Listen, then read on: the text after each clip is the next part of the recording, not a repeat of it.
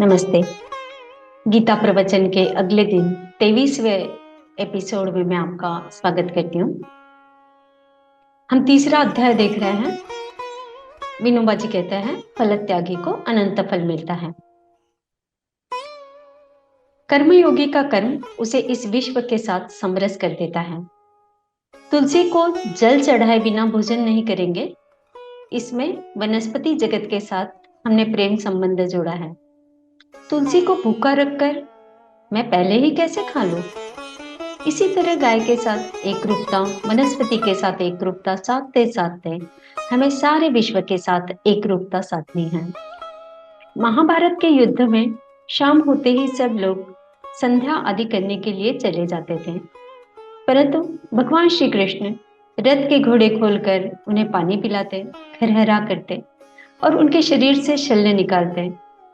उस सेवा में भगवान को कितना आनंद आता था, कवि यहाँ वर्णन करते हुए नहीं थकते।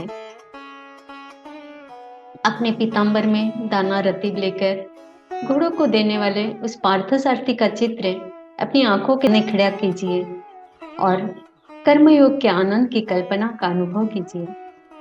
प्रत्येक कर्म मानो आध्यात्मिक उच्चतर परमार्थिक कर्म है। कंधे पर खादी की गांठ लादकर घर घर फेरी लगाने वाले क्या ऊब जाते हैं? नहीं, क्योंकि वो इसी विचार में मस्त रहते हैं कि मेरे देश में जो करोड़ों भूख नंगे भाई बहन हैं, मुझे उन्हें 2 कौर खिलाना है। उसका वह गज भर खादी बेचना समस्त दरिद्र नारायण के साथ जुड़ा हुआ होता है। मैं निष्काम कर्म, ऐसे कर्म से व्यक्ति और समाज दोनों का परम कल्याण होता है। स्वधर्माचरण करने वाले कर्मयोगी की शरीर यात्रा तो चलती ही है, परंतु सदा सर्वदा उद्योगरत रहने के कारण उसका शरीर निरोगी और स्वच्छ रहता है। उसके इस कर्म की बदौलत उस समाज का भी जिसमें वह रहता है अच्छी तरह योगक्षेम चलता है। कर्मयोगी किसान ज्यादा पैसा मिलेगा इसलिए अफीम और तंबाकू नहीं बनाएगा। वह अपने कर्म का संबंध सामाजिक कल्याण के साथ जोड़ता है। स्वधर्म रूपी कर्म समाज के लिए हितकारी होगा। जो व्यापारी यह मानता है कि मेरा यह व्यवहार रूपी कर्म जनता के हित के लिए है, वह कभी विदेशी कपड़ा नहीं बेचेगा। उसका व्यापार समाज के लिए उपकारक ही होगा। अपने को भूलकर अपने आसपास के समाज से समरस होने वाले ऐसे कर्मयोगी जिस समाज में पैदा होते हैं, उसमें सुव्यवस्था, समृद्धि और सद्भाव रहता है। कर्मयोगी के कर्म के फलस्वरूप उसकी शरीर यात्रा तो चलती ही है, उसकी देह और बुद्धि तेजस्वी रहती है और समाज का भी कल्याण होता है। इन 2 फलों के अलावा चित्त शुद्धि का भी महान फल उसे मिलता है। कर्मणा शुद्धि ऐसा कहा गया है। कर्म चित्त शुद्धि का साधन है, परंतु सर्वसाधारण कर्म जो करते हैं वह नहीं। कर्मयोगी जो निस्वार्थ भाव से कर्म करता है, उसी से चित्त शुद्धि होती है। महाभारत में तुलाधार वैश्य की कथा है। जाजली नामक ब्राह्मण तुलाधार के पास ज्ञान प्राप्ति के लिए जाता है। तुलाधार उससे कहते हैं, भैया इस तराजू की डंडी को सीधा, सदा सीधा रखना। इस बाह्य कर्म को करते करते तुलाधार का मन भी सीधा सरल हो गया। दुकान में छोटा बच्चा है या बड़े, सभी के लिए उसकी डंडी एक सी रहती, न ऊंची न नीची। उद्योग का मन पे परिणाम होता है।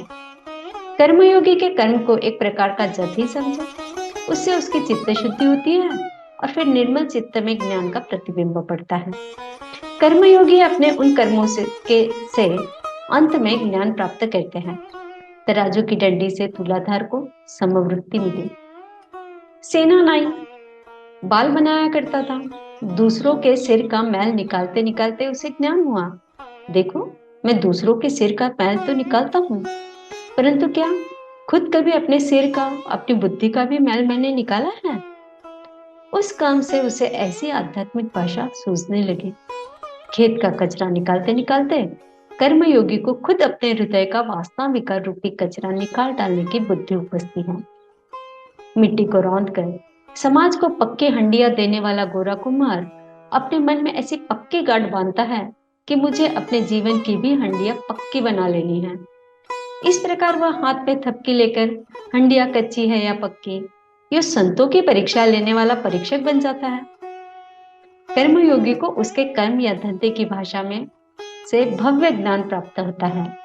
वे कर्म क्या थे? मानो उसकी अध्यात्मशाला थी। उनके वे कर्म उपासना में, सेवा में थे। वे देखने में व्यावहारिक परंतु वास्तव में आध्यात्मिक। कुछ श्लोक पढ़ेंगे। द्वितीय अध्याय से 20वां श्लोक चल रहा है। कर्मणैव हि संसिद्धिम आस्थिता जनकादया लोक संग्रह मेवापि संपश्यन कर्तुमर्हसि। राजा जनक जैसे अन्य मनुष्यों ने भी केवल कर्तव्य कर्म करके ही परम सिद्धि को प्राप्त की है। अतः संसार के हित का विचार करते हुए भी तेरे लिए कर्म करना ही उचित है। भगवान कह रहे हैं, यद्यद् आचरति श्रेष्ठः तत्तद् देवेतरो जनाः स यत् प्रमाणं कुरुते लोकस्तद अनुवर्तते। महापुरुष जो जो आचरण करता है, सामान्य मनुष्य भी उसी का ही अनुसरण करते हैं। वह श्रेष्ठ पुरुष जो आदर्श प्रस्तुत कर देता है, समस्त संसार भी उसी का अनुसरण करने लगता है। न मैं पार्थास्ति कर्तव्यम त्रिषु लोकेषु किंचन नान्वाप्तम अवाप्तव्यम वर्त एव च कर्मणि। हे वृद्धापुत्र, तीनों लोकों में मेरे लिए कोई भी कर्तव्य शेष नहीं है। न ही किसी वस्तु का अभाव है, न ही किसी वस्तु को प्राप्त करने की इच्छा है। फिर भी मैं कर्तव्य समझकर कर्म करने में लगा रहता हूँ। यदि ह्ययं न वर्तेयं जातु कर्मण्यतन्द्रित मम वर्तानुवर्तन्ते मनुष्य पार्थ सर्वश। हे पार्थ, यदि मैं नियत कर्मों को सावधानी पूर्वक न करूं, तो यह निश्चित है कि सभी मनुष्य मेरे ही मार्ग का अनुगमन करेंगे। यदि उत्सीदेय दिमे लोका न कुर्याम कर्म चेदहं शंकरस्य च कर्ता स्याम उपहन्यामि माम प्रजा। इसलिए यदि मैं कर्तव्य समझकर कर्म न करूं, तो ये सभी लोग भ्रष्ट हो जाएंगे।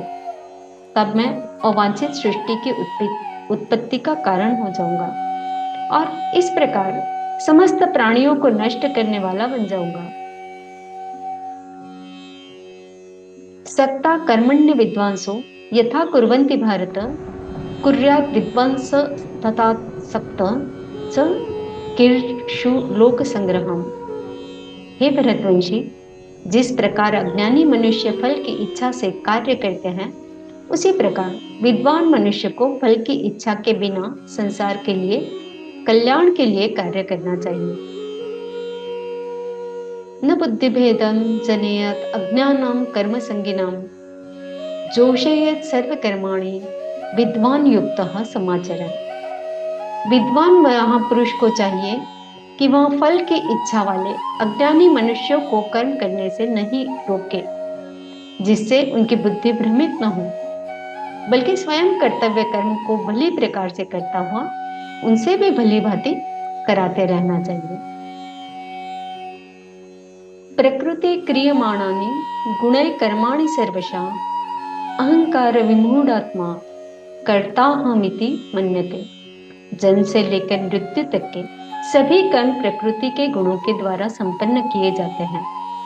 अहंकार के प्रभाव से मोहग्रस्त अज्ञानी मनुष्य स्वयं को कर्ता मानने लगता है।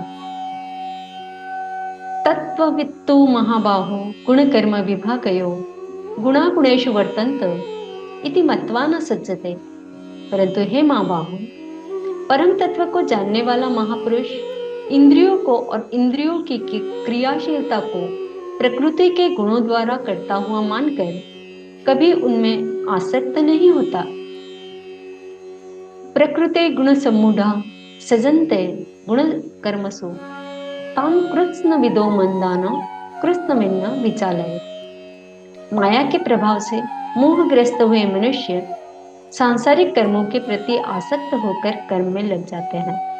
अतः पूर्ण ज्ञानी मनुष्य को चाहिए कि वह उन मंद बुद्धि वालों को विचलित न करे। श्री कृष्णार्पणम।